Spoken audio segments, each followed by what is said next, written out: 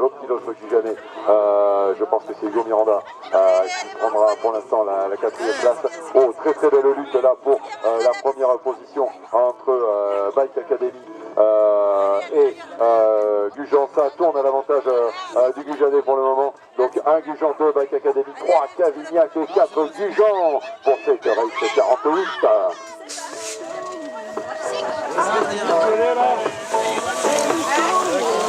Allez, homme 17 et plus.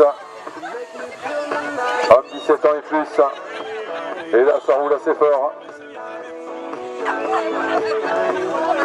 Alors en tête, donc avec son maillot Sport 6 Racing, pour l'instant, qui cela peut-il bien être? Je pense que ça remonte. Pour l'instant, donc Dartig qui a pris le commandement.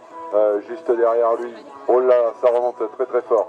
Donc avec plaque 21, 38 et 83 Ochoa Bardo pour Médoc BMX. Voyons qui prendra la troisième position et la quatrième place. C'est la lutte, je pense, entre Terrasson et Canéjean. Pour 17 et plus, Nicolas Muller, LVC Mince en tête, juste derrière lui, Léo Toro Vega pour le Stade Bordelais. Mais attention, ça remonte assez fort avec, je pense que c'est pilote de Terrasson, Kevin Manifold, qui remonte pour prendre cette deuxième position. Toujours en tête, donc Nicolas Muller. Ah non, c'est passé Nicolas Muller a laissé passer à pilote dans cette ligne droite. C'est la plaque numéro 81. C'est Corentin Verneau pour le Canéjean BMX qui a pris la tête juste derrière Nicolas Muller.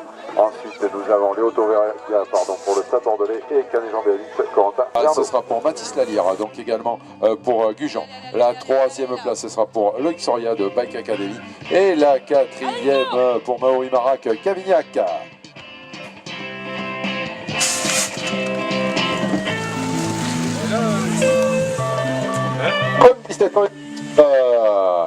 La catégorie où un père peut courir avec son fils.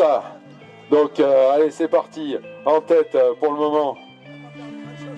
Ça roule assez fort. Je pense que c'est Nicolas Roche pour Gujan Mestras, le coach de Gujan qui a pris le commandement des opérations. Juste derrière lui, entre Ochoa Bardo pour Médoc BMX. Ah, voilà, démonstration là. Démonstration, c'est bien ça. C'est la plaque 38R. C'est bien Nicolas Roche, il est de retour. 2, Ochoa Bardo. En 3, nous trouvons, je pense que c'est Sébastien Poupon, Terrasson avec donc le maillot Sport 6 Racing.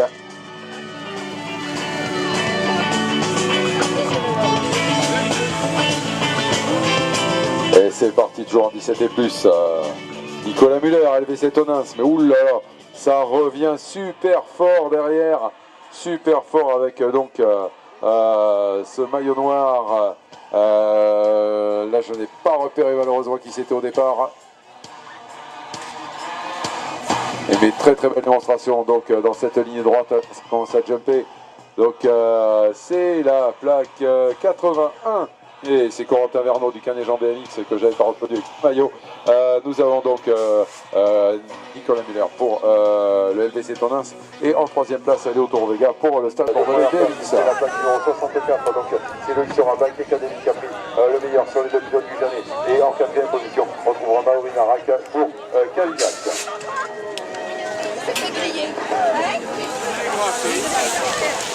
Allez, les 17 et plus.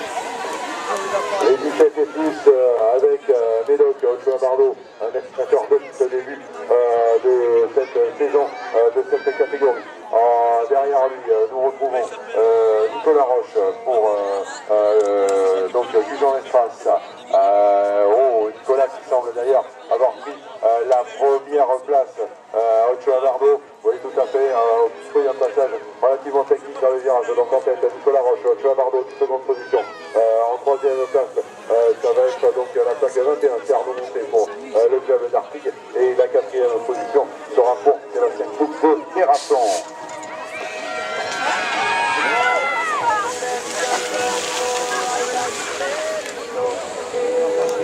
Allez, oh là là, très fort là en 17 et plus, ça roule très fort et ça envoie super fort donc entre, je pense, c'est Canéjean du Corentin Verneau là qui est à la lutte avec le pilote du LVC Tonas, Nicolas Muller, pour la première place.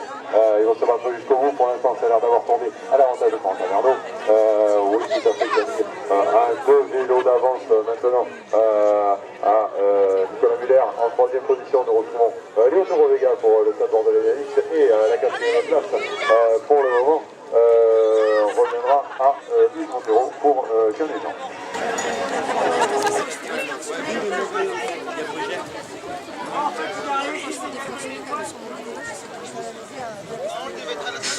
Allez, on est parti en homme 17 et plus, catégorie où les écartages sont très importants.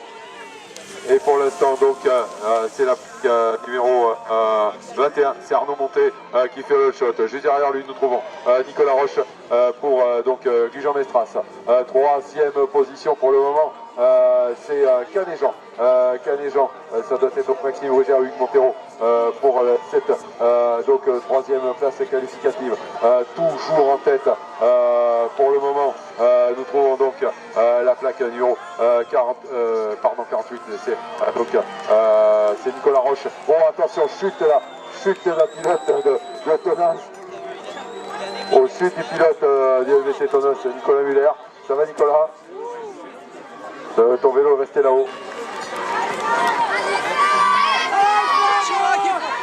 Allez, c'est reparti donc pour cette deuxième demi-finale. Oh là là, ça attaque très fort. Et c'est Ochoa Vardo là qui a pris le meilleur pour le moment. Juste derrière lui, oulala, à l'attaque, on va trouver du pilote canéjanais, effectivement avec Corentin Verneau là qui attaque pour prendre la première position. Et passer également à un autre pilote canéjanais qui est Valérian Robillard, je pense en seconde position. Là c'est la grosse attaque des pilotes de Carnéjan. Vernet, Robillard, Ochoa Vardo maintient quand même la troisième position. Et le quatrième pilote de Carnéjan sera Jimmy Campos, je pense, pour être qualifié pour cette finale. Rougère pour être bien. Ah, ils sont pas.